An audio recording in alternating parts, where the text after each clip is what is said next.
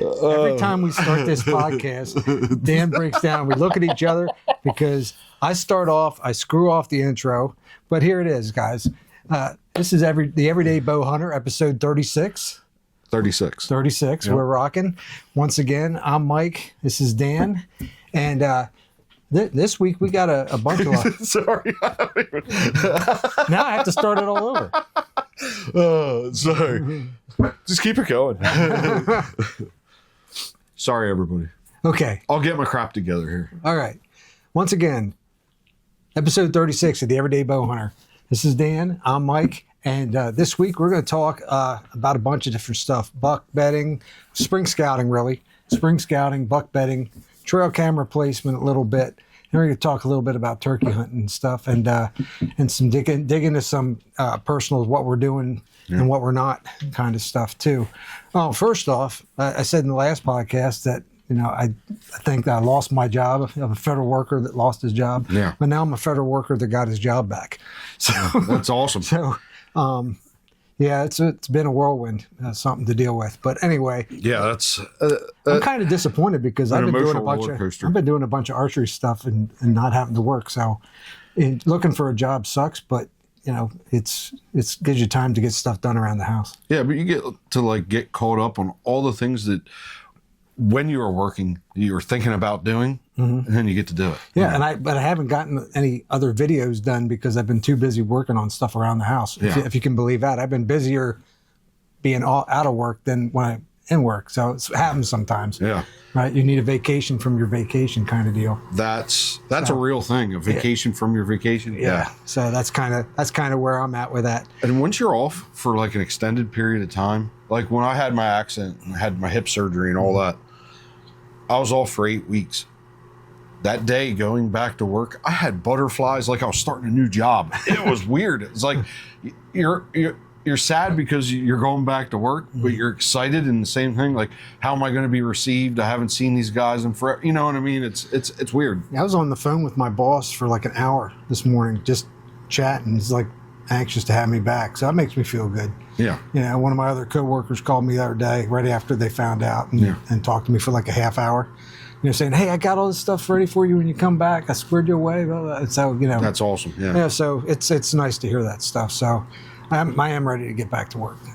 It's good for this. Yeah. Well, mentally, looking for a job sucks. Yeah. You know, the unknown. I've literally never been out of work in my life. Yeah. So it's a weird feeling. Knock on wood. I haven't either. I don't know what I would. I have to. I'd go nuts. You know what I mean? I have to work. It's I can't. So now technically I wasn't out of work because they're giving us back pay and everything. Oh, wow. That's awesome news. Yeah. Yeah. So wait, how's that work with unemployment? Well, do you have to pay that back? I haven't been paid a dime by unemployment yet, so it'll be easy. Yeah. So I just cancel it. But anyway, off the beaten path. I've been doing a lot of cleaning arrows up here, refletching. I've really gotten good. It's not a hard process. If you do it, you already know. It's not a hard process to fletch an arrow. Real easy. Yeah, if you got the jig. Yeah, all you need is a fletching jig. Now all I need is an arrow saw and a square and stuff. Take for granted, when I get my arrows done initially, I like Lancaster Archery right down the road. You can get your arrow shafts cut by them, squared. Make sure you've got spine alignment if you need it. Some arrows now they're so squared away with the spine you don't have to worry about it. Yeah. You know, like the Victory sitting here, you don't need to worry about these Eastons. A universal spine that's around them and everything. So, so speaking of arrows, I saw on a podcast this guy had this quiver or arrows sticking out of his back pocket, and I got a little curious about it, and I thought I have one of them that hang off your side when you're out shooting. It gets in. I can't stand things that are swinging and going it drives me nuts. And then that's one thing that's taken away from your shooting ability because you're now thinking about that. Is it in my way? Is it? So he had this pocket quiver, and it's concave to your butt for in your back pocket. And arrows, I mean, they don't move around in there. They go in nice and easy. Come out easy. It holds 6. you're out just target shooting. I think 6 is probably the perfect amount. You Yeah. probably ain't going to use much more than that anyway, No. but that was pretty cool. I'm pretty impressed with this little thing. A lot of times I just use 3. But anyway, yeah, that's a nice little quiver. Yeah. Boning. Boning, pocket quiver. Yeah. Holds any diameter arrow. That's kind of big because we all shoot different sizes, right? Mm-hmm. You know, like That's why they go in easy, because you have both 5mm and 4mm arrows. right. Absolutely. Yeah. And that just the way that it is up here. And then it's not a foam that can get eaten apart. It's like plastic, you know, flexible plastic. Yeah. One thing that I have universally gone to, I don't shoot a regular size arrow anymore, because the smaller diameter your arrow is, the better it is for penetration, right? It's just a thing with the physics of it. You know, you figure putting a needle into somebody is easier than putting a blunt object in, right? So, Yeah. So the 4mm arrows are fantastic. The 5s are great. The regular size arrows I won't even touch anymore. So it's definitely something that I've learned to really love as far as how they're built and stuff. A regular size arrow, I almost forget what they look like. Yeah. It's been that long. Jevin uses them. I was watching him shooting he was sending pictures of him shooting at a target the other day. Doing pretty good. But I've been trying to shoot a lot, get a lot of arrows downrange, keep getting that muscle memory going with the new bow. Yeah. So that's something, new release too. I actually am using one of those Temu releases. Really? It's been the one is actually just perfect. It has such a nice smooth release on it that there's no pause, there's no like jerk to it at all. It's smooth and just comes out really, really fast. So I was surprised. The cheap little $7 release from Temu, so far so good. Well, Knock on wood. I still have to get to Extreme Archery and get my sight squared away. We've been busy, dog shows, you know me, with this time of the year, and every time I want to go and or have time, it's a Sunday or a Monday, and Extreme Archery's closed Sunday and Monday. Yeah. So I'm kind of hoping to get over there tomorrow evening or Friday, so that Saturday I can get shooting, because I know I'm gonna, because the housing ring of this new site's a lot smaller, so I know I'm going to have to get my peep changed. So I got to do all that while I'm there. Might as well get take a couple hours when we get it paper tuned real quick while I'm there too. Spend whatever it is, $30-$40 to have them dial me back in.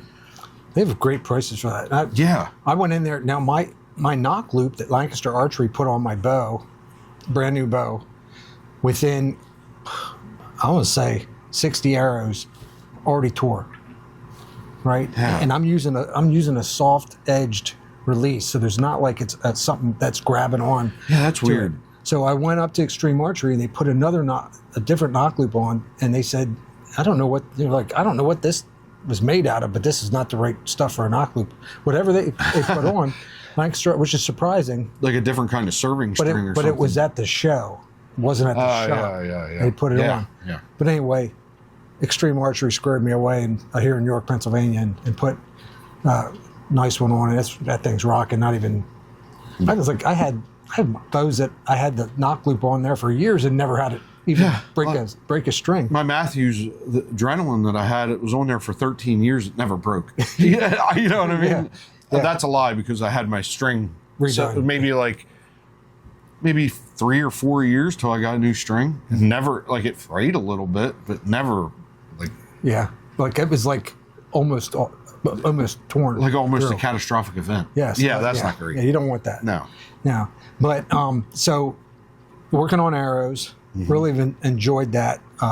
Looking at different options out there to see test. I'd like to get some, because some of the arrows I shoot and the stuff I use might be a little pricey for some people. I am looking at some budget arrows that are well made and maybe not a .001 straightness, but maybe a .003, which is still plenty good for inside, 30, 40 yards, depending on the arrow that is. Yeah, I mean, yes. And once you get it a lot, that's something you might have to knock tune a little bit, because even if you tune your bow real good with it initially, paper tune, everything looks good. Sometimes those arrows, if just get the knock on the right place, for the way laid out with your fletchings, it'll allow it to fly better. Yeah. So, But anyway, so that's one of those things that you have to get it on the roller at home and see it's not too drastic, you know. And you just got to go through them, pick out the best 6, 7, whatever you know you can get out of it. But yeah, so been working on that stuff. I had some new boots coming in to test. I have an actual water purifier coming in. One of my biggest things I'm trying to get over is going out, and I was trying for a while to do the don't drink water so I don't have to piss when I'm in the tree. That ain't helping That's nobody. not smart for as far as I walk and sweat out. Yeah, dehydration. And so I got it's called Grail. It's basically looks like a regular water bottle that you would stick in your backpack. So you could just straight up drink out of a deer piss puddle. Yes, That's all. literally. Yeah, You can- no, I know. out of a- like I know I said it for funny. out of but a stagnant was being- pond. yeah. You can get water out of a stagnant pond Yeah. and drink clear, purified water. It has like a 10-second process. You basically fill it up with the crap water and you push it through the filter Yeah. for 10 seconds. Boom, you're done. You got Yeah, water. that's so pretty when we're cool. out there and we got those streams on the mountain and stuff, Yeah. I don't have to carry water in. I can go in light and I can get water while I'm out there versus, Yeah. And you don't have to worry about getting diphtheria and stuff like that. yeah, diphtheria. I don't, You get that a lot. sorry. So yeah, you're building arrows, like you know, to go back to like a bigger arrow. Would you like, let's say, Easton aluminum? That's like kind of. That's like what this is. That's an Easton aluminum. I didn't even take notice of that. Yep, and that's a 4mm FMJ, Easton Axis, Easton Full Metal Jacket, 4mm. That's a .001. Yes, They're that nice. is the best one right there. So they make them that are like covered with It's aluminum covered carbon arrow. carbon. Yeah, that's what I was. Yeah, yep. aluminum sheathed carbon arrow is what it is. Yes. Wow. For you guys listening, Dan's holding this Easton arrow that I have here. They're beautiful arrows. It is very nice. I like the diamond plate look. Yeah. I don't know why. I mean, not that it makes it any better, but I do like it. Now, the drawback of the Full Metal Jacket arrow is that if you hit something And it hard, bends. it'll bend, and Yeah. then that It's arrow is done. worthless. Yeah. You can't unbend it. So that's one thing. You shoot and it hits a rock. If it goes in the ground or whatever, you're good. But if it's hits something else, not. But it's I have a handful of these that I put together and use, and they're fairly heavy. They're about 500 grains. So I got some nice. I put some nice inserts on them there. Any word on method coming back at all? No, but I've been cleaning up my ZMRs that I have. The Method Archery. What did they switch to? They did change, and I can't remember. Vector. Vector, yeah. Yes, they originally there's an custom arrow shop did great stuff called Yeah, I loved 'em. Method Archery. Then they changed to Vector Custom Shop, and the arrows they built for Dan and I are fantastic. Fantastic. Yeah. And I've been going through and cleaning this whole Method Archery thing off here. On it is a white. I'm putting a white wrap on here, just like this, because I like to see the blood at the end. So a white wrap on the end of my arrows allows me to see blood better when I shoot. And then cleaning up and putting new fletchings on them, because a couple of them don't need it, but ones I shot a lot were really messed up and need Right. new fletchings on them. And actually, I have one over there that I did already. It is you have the right tool. I have a great little scraping tool for the arrow that just lays against the base of the arrow and you scrape down. It takes everything off without damaging the arrow. So it's Right. not like if you have a pocket knife and you're trying to do it. Right. I watched like the guy from John Dudley from Knock on Archery say, "Oh, I have a dull knife that I used it for this."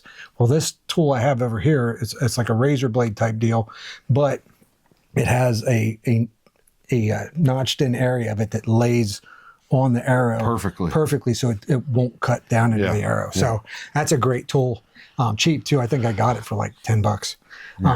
But anyway, So I went against his judgment and reviews for something, kind of did my own homework and kind of found something.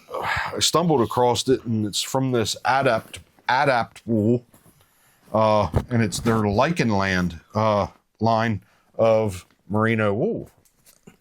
The packaging on this, and you're listening, not seeing it, the packaging on this, as soon as Dan showed me this, I was like, wow, this is beautiful stuff for just the packaging. Yeah, it's I'll tell you what. But it's really, and I've said this on the podcast a million times, not all merino wool is created equal. It's the how many microns it is as far as the big the fibers are when they sew it. And right, so that's why if you pick up, so this is a 260 weight he has here. Mm-hmm. So if you pick this up, right, and I pick up another 260 and say, well, this isn't heavy enough to be a 260. Well, that has nothing to do with the fact that it's a 260 and the other one's a 260. It's the microns and how it's sewn and stuff that makes that difference. That's why you can have some merino that's thinner than others, but yet be the same weight. Yeah. So it is beautiful stuff. The sewing on it and everything, it's like, and here's the whole reason Dan's even talking about it is because it's not just stuff that looks really good. Of course, it has to be tested in the field yet. Right. But it is economical compared to other merino that you're going to see. Right. I got the bottom $69.99 on Amazon. The top, which is a half zip or quarter zip, whatever, half zip. Yeah. And it has the thumb things in it. I think I got that for $71. Yeah. And I'll tell you what, man, I put it on and it's pretty nice. Actually, I don't know, but it's 100%. Yeah. So there's nothing else in it. It's just merino wool. It feels like it has like a nylon or elastane mix to it. The way it feels, that's all. But it says 100% merino on there. So the one thing about merino wool is the important thing to know is wash it in cold water and you hang it. Don't put it in the dryer because it will fray. On you, and what will fray on you, even especially if it's 100% merino, it'll fray on you if it's just when you're wearing it. But don't put it in the dryer; you'll ruin it. Right. Yeah. There's some merino wool things out there that are combination with the elastane or nylon, blah blah blah, that they say you can throw in the dryer, but I don't mess with that. Yeah. I hang them. I'm not gonna lie, I'm pretty damn impressed for the price so far. Yeah. Now you just got to get out and wear it. Absolutely. Yeah. And 260 might be light enough. We'll see what the opening weekend of spring gobbler holds. Sometimes it's as cold as a bear in the morning. It rained first day of turkey last year, right? And I had that first light stuff on in it. Their whitetail catalyst stuff, and that did real good for me. I'm looking forward to getting that insect crap. The Equinox guard stuff. Yeah, the guard hoodie. Looking forward to probably getting that over top of that. Seeing. And not a plug whatsoever. I just happened to be looking today at the Equinox guard stuff because I got an email from Sika like I always do, and they're elevated 2 right now. Camo Equinox guards are on sale. Yeah, for it's like 40% off. Yeah, they were like a month ago too. Yeah. Just that though.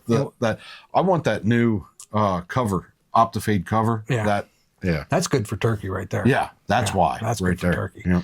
Yeah. So this past weekend, I went out and did what I talk about a lot in the previous podcast. It did spring/winter. I guess we're still in winter here officially until tomorrow.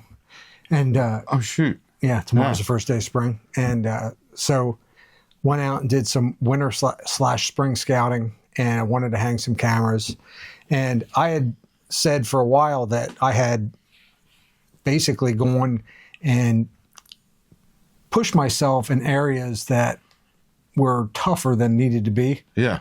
On myself. And I said, you know what, this year I'm going to try to go after where I think I know some big bucks are all the time. And I've been staying away from it because it's near fields and private property and stuff. Right. And but I'm going to try to use all my skills this year, and no matter where the area is, I'm going to attack it if I see the sign.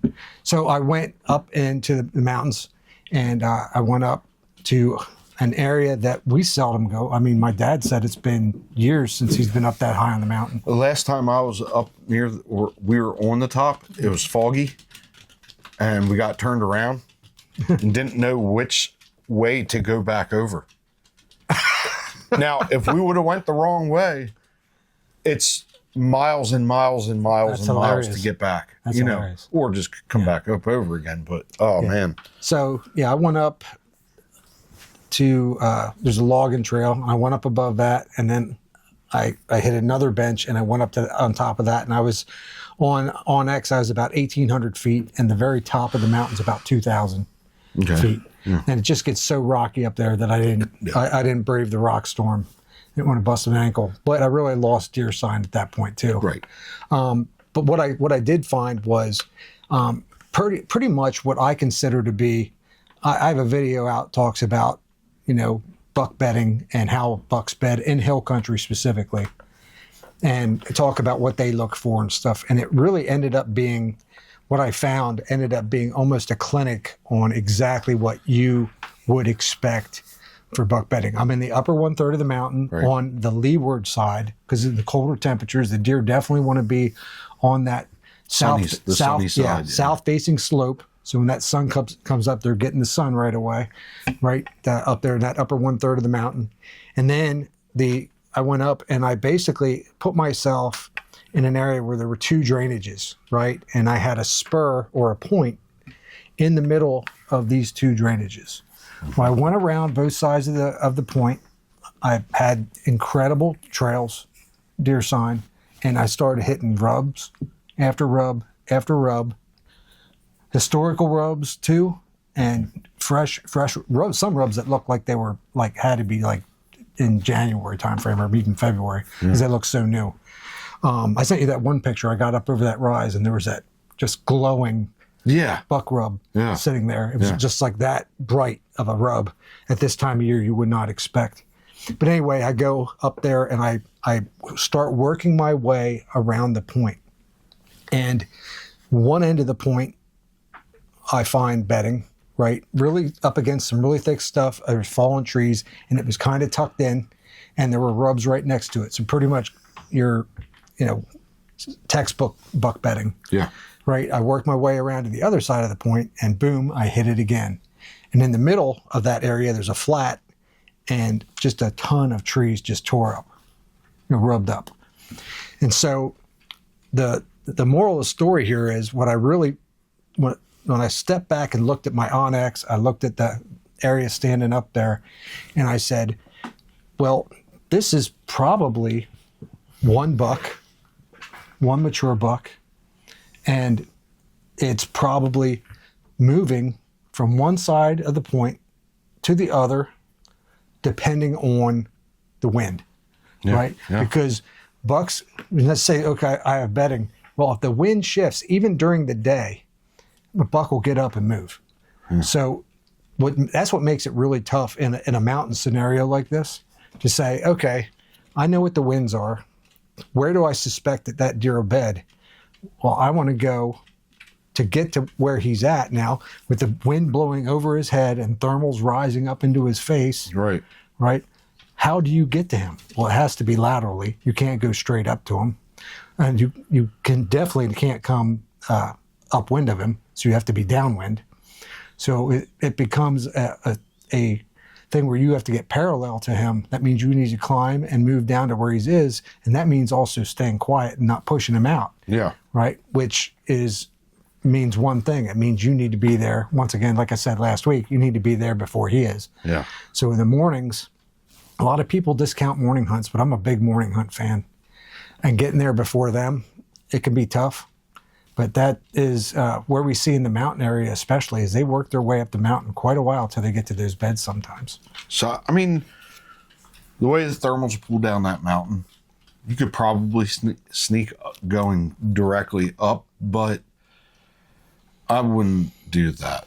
Yeah, you could probably get away with it, but the sound and if you go up one of the trails that he goes up, then he has your scent going the whole way up. You crack the wrong stick. You're busted. You're done. Yeah, in the morning, of course. And then all that effort for nothing. Thermals are still dropping first thing in the morning. Yeah.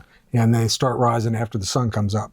So you do have a period there where you can take advantage of that. Right. That's what I mean. Yes, get to them. Yeah. But again, it starts getting a little bit rocky up in there, and you got a dead limb or stick or whatever that's in between the rocks, and you're cracking that. You're done. They know something that heavy cracking that stick, that sound, they're going. And it's just that area there is just so much. There's a lot of thick stuff to it. When I went now, right, we talk about this is the best time to see that stuff. Right. You can see all that historical stuff really, really well. You can see the trails really well. But as soon as that greens up and we get into summer and we get into the fall there is misery going through. Yeah. You ain't lying. I'm going to have to go up in the summertime here and carve a path to where I want to go hunt up there. And I still have more, scouting to do in that regard. Now, I put up 2 cameras in those areas. All right. In fact, I put up a Moultrie Edge Pro 2, Edge 2 Pro, and then a Tacticam Reveal 3 Pro. Okay. So I put them up just to see how both cameras how they act fare against each other. Yeah. Same kind of battery pack, everything.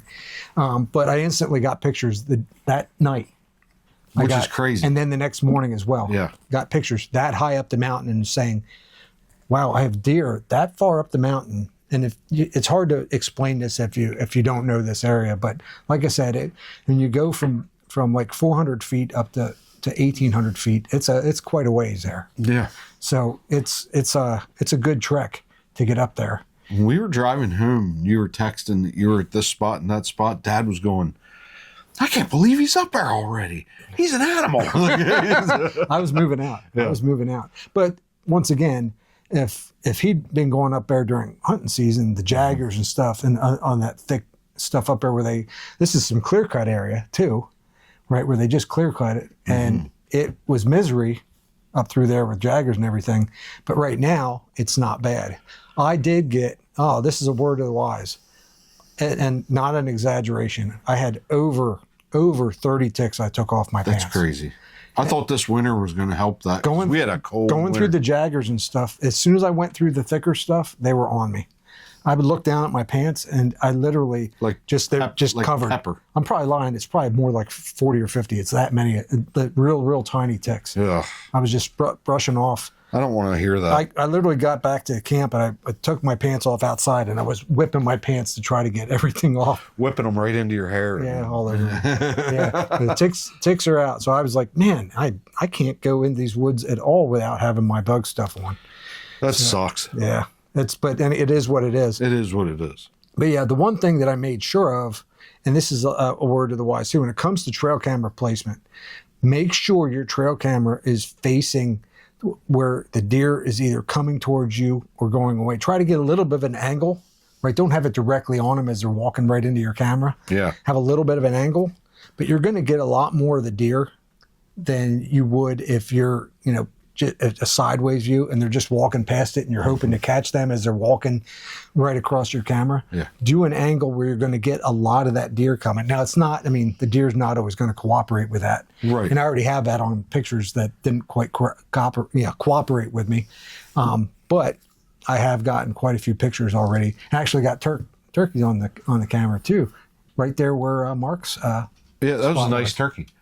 I will say this. So it got me a little excited that that one picture, not for the turkey, video. not for turkey, but so the bucks have shed and the regrowth has started. Yes. He got a real up close and personal picture. 2 buck of 2 buck together, and you could see the new growth starting.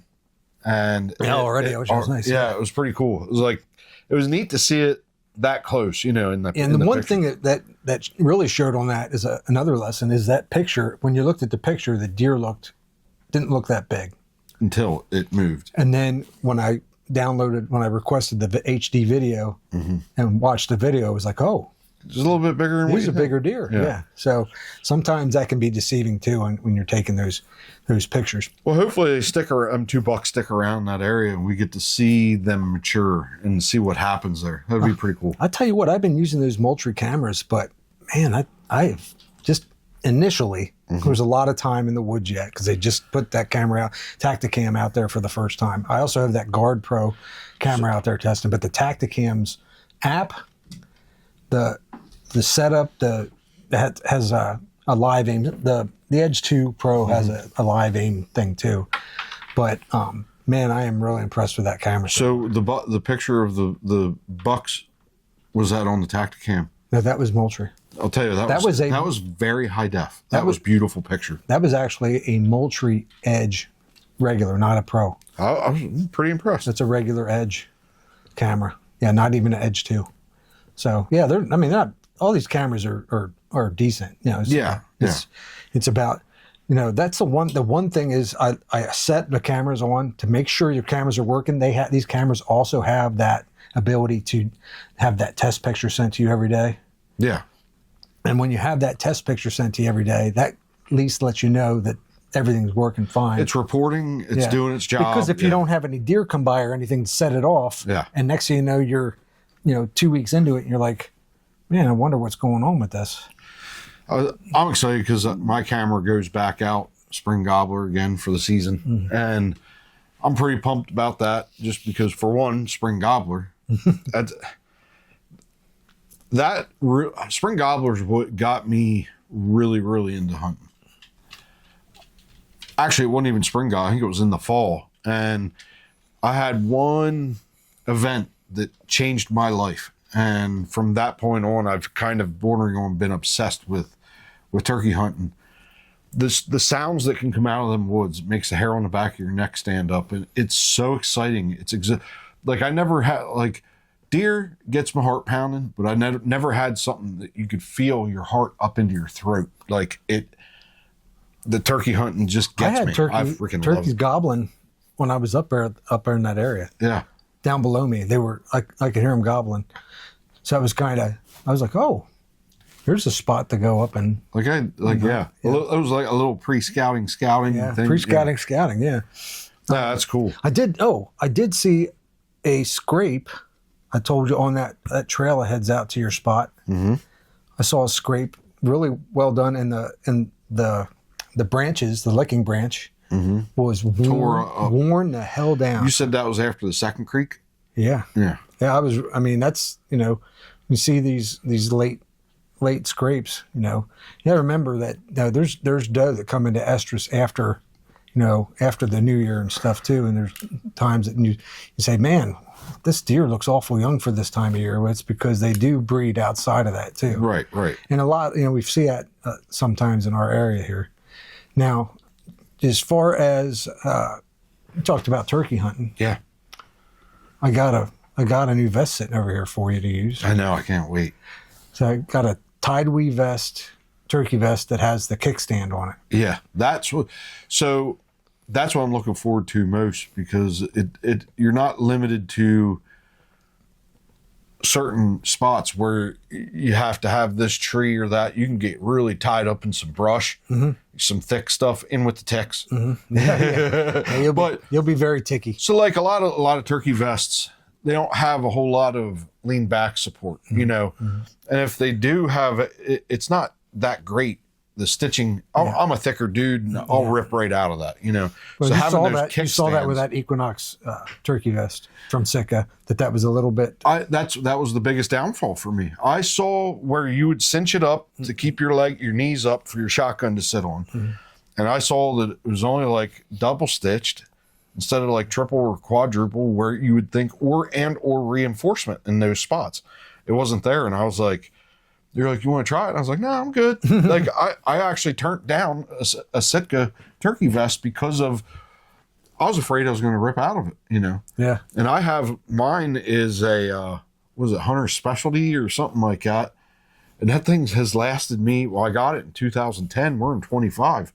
Yeah, my turkey vest over there is huge. It has the game pouch in the back and everything.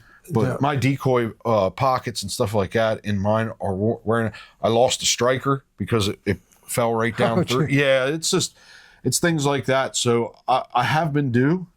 So I'm way over grateful for this is awesome. I'm really looking forward to it. Enjoy that turkey vest. Yeah. Now, the one thing I bought, and I haven't watched videos for it yet, something, because I am not a good turkey hunter. I'm not even going to act like I'm a good. In fact, I suck. I suck at turkey hunting, but I'm trying to get better. And I seem to do very well sometimes with the calling, right? And get them coming into me. but not as consistently as I want. Now, I was watching the hunting public guys, and the one thing they do a lot of when they go out, instead of just traipsing through the woods and calling here and there, is they do a lot of locating. That's everything. Right? Yeah. And do locating calls using a crow call. Or a hoot owl. Yes. I can't do it. Absolutely. But, yeah. Yep. So I bought a crow call. Yep. Right. And I've been practicing with it, which is loud as hell down here. Fox, my dog, doesn't like it. I mean, here's the thing. I don't know how many times I've been out archery hunting and I heard the crows going. Mm-hmm. And next thing you know, turkey come. They're like arch enemies. Yeah. Crows hate turkey. And you start hearing the crows going. What do you mean, turkey hate crows?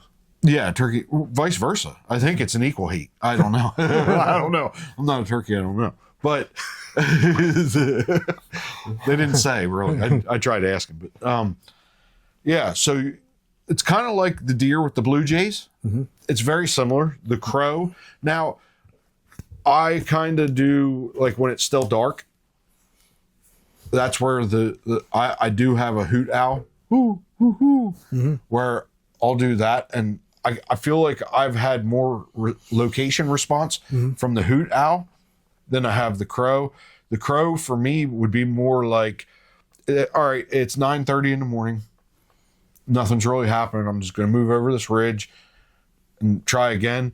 You can either crow call to locate mm-hmm. or turkey call to see if one answers, mm-hmm. you know, so it's kind of the crow call is a very versatile. If I'm on the move, if I'm moving, if I had a spot and it's dry and I need to move on, yeah. I want to try this as a technique to see, studying up on it, trying to get myself a little bit better at locating and then executing on bringing them in. I feel like, okay, so movement in turkey hunting is one of the biggest things. Mm-hmm. Like you can't move a muscle. Yeah. So their eyes are incredible. They're the eyes of the woods. Mm-hmm. So here's like food for thought. So here you are. You got your turkey call, right? So here you are. You're making this movement, right? You get them to answer. When they do answer, judge that distance, right? Mm-hmm. So call again. If they've split that distance, you're done with that call now. Oh, yeah. Okay? Yeah. Because of the movement. All the time, yeah. That's where the mouth call, mm-hmm.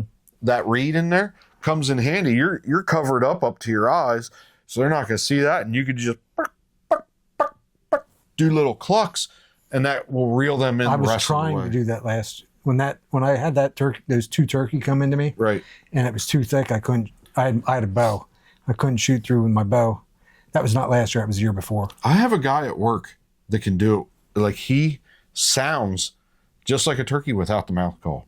It's incredible. Like our dad. I try and get him to do it all the time. Our dad is like a walking turkey. Yeah. Well, they call him our last name Zemer. We call him Turkey Man Z.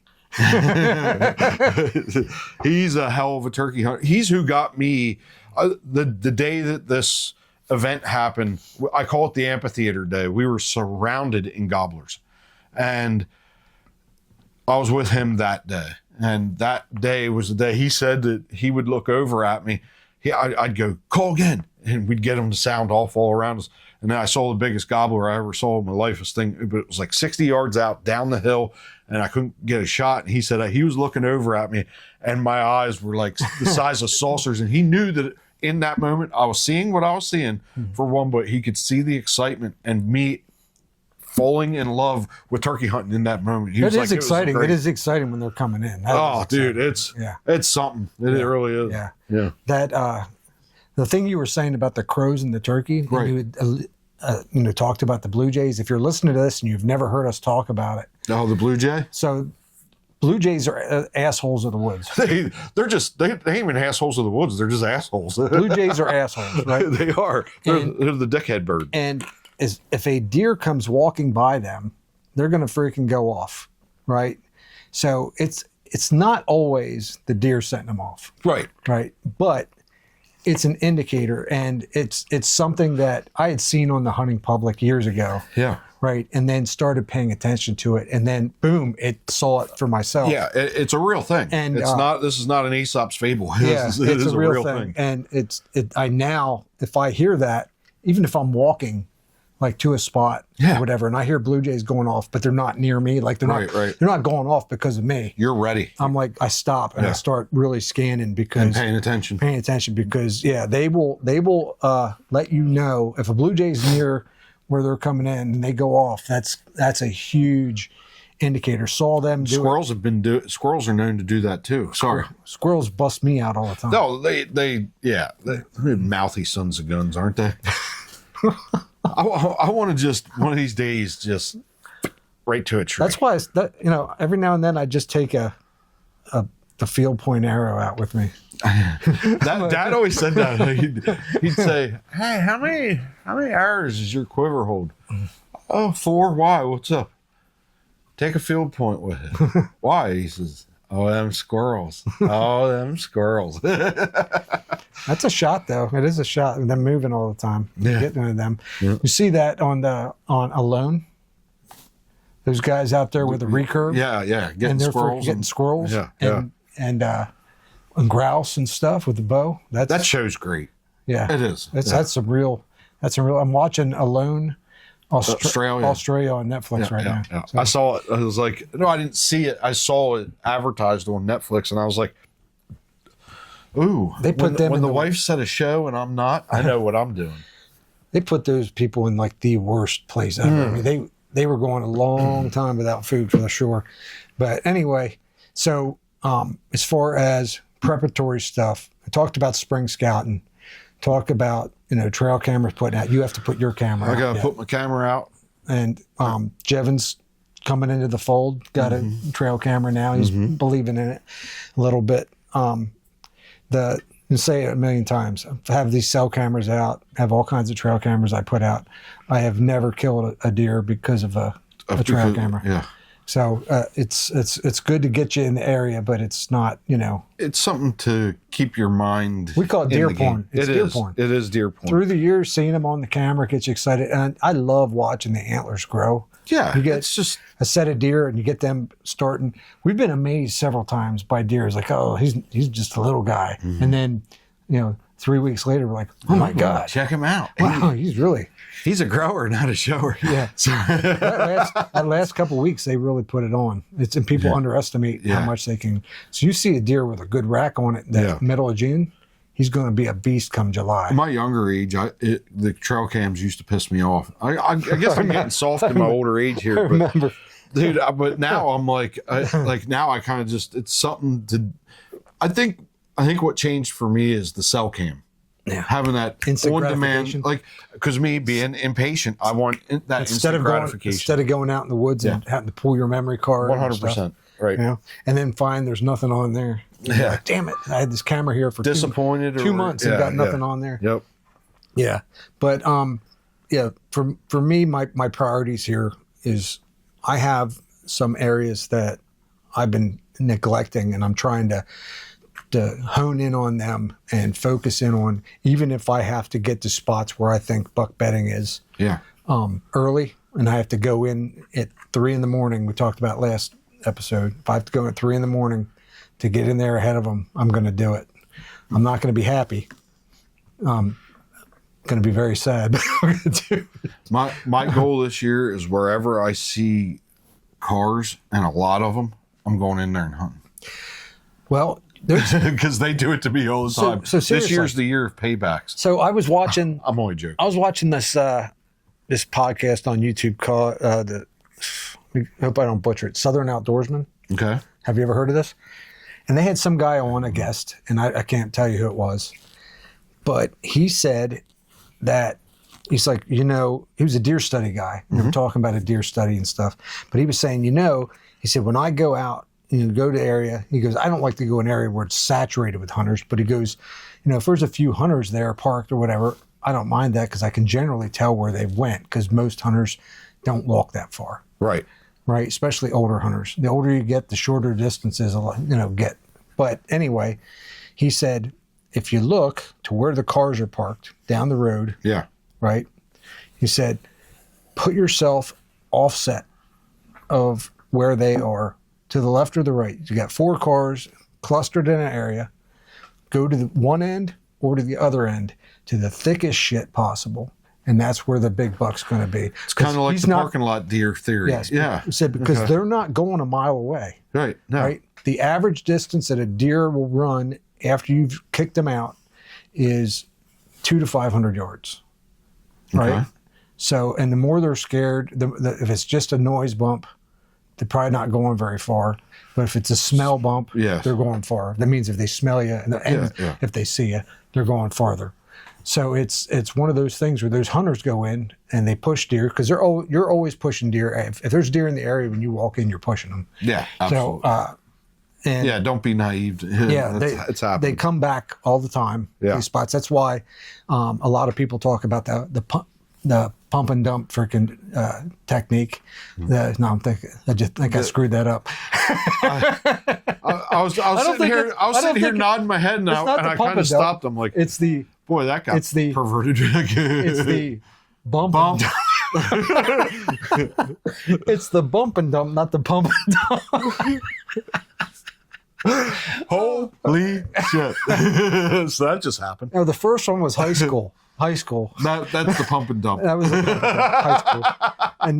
And now it's the bump and dump, which means if you purposely bump a deer, that's hilarious.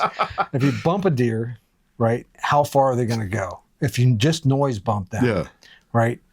If you stay there, are they going to swing back around? Are they going to try to use the wind to come back in on you and come back in? And sometimes that works and you get lucky, and other times you don't. But it's definitely something that these deer studies have shown that the deer, it's their area, it's where they want to be, and when they want to be there, so they're going to come back to it. A great example of that, Dan, is I came down out of the woods one day, coming from a morning hunt. It's heading on lunchtime or whatever, and I had 3 doe that I basically come down the mountain at an angle, and they were heading down to the road, right? And they were heading towards the creek to probably get a drink, right? And they stopped, boom, turned around, ran back up the mountain, right? I go down, put my stuff away in my car, whatever. Here they come. They're back to the road. They're at the road's edge. Car comes by, boom, they back up into the woods a little bit. I get in the car, go down to where I can turn around, come back, and as I come back, they're crossing. Crossing. They are going to go where they want to go, regardless of you, hunters, or whatever. They might work around you, but they're going to go back and get to where they want to go. So whatever spooked them wasn't like the death smell. It wasn't a danger smell. I guess this is the word I was looking for there. Yeah, there's different things there. Yeah, it was an alert, not a danger, and yeah. I think where we hunt, though, wind bumping and stuff like that, trying to play that game is extremely difficult. It is because we're in a valley. Yeah. You got a mountain that goes up and a mountain that goes up. To wind bump, their escape is super easy compared to our chase. I'm glad you said that, because that's when I was up there at that where those buck bedding spots were on that point. The escape routes were many. Going back, they turned around and went back up through the rocks. You're not getting them. The problem is you make one little tiny mistake and all that effort's for nothing. Yeah. They're going. Yeah. I mean, they only have a third, not even, to get up over the mountain for cover. You're done. And that's why, you see on some of these hunting shows, I'll use the Hunting Public for an example. They'll get in, and Dan Infalt, they'll get in tight to buck bedding, right? And a lot of times they're hunting, your swamps and stuff like that, or more flatland type areas. When you're talking about mountain, hilltop type areas, a morning hunt, you might be able to get up there and get to their bedding before them. Right. And hunt that bedding right on top of that bedding spot. Right. But if they're up on one of those benches above you or whatever, that are real high up, trying to get them in an afternoon, evening hunt to get up there to where they're at, you're blowing them out. No, you're waiting for them to. You have to hunt below them. We're waiting for them to come. We have ag fields and stuff like it. We're waiting for them to come down. Yes, they're going to come down for water, whatever. Yeah, and most of the time they come down in the evenings. They'll drop down. That's why, you still need to be close to where that bedding is and getting there quiet. Yeah, but you're not going to get on top of them if it's really steep terrain. It is tough. Right. Right. Now, you If could you have probably good flat benches, you might be able to do it a little bit. You could better. probably play that wind bump a little bit better, like out at the promised land. Yes. Yeah. Yes. More flat areas. More flat areas. More right. flat Correct. areas Yep. and Yep. stuff, I agree. It gets to be tough. It does. Yeah. Yep. Oh, so what, Dan? Pretty good. I think that's a pretty good podcast. I hope everybody enjoyed that. Hope you liked the pump and dump versus the bump and dump. My mind's in a different area, I guess. Yeah. He's a little excited to get back to work.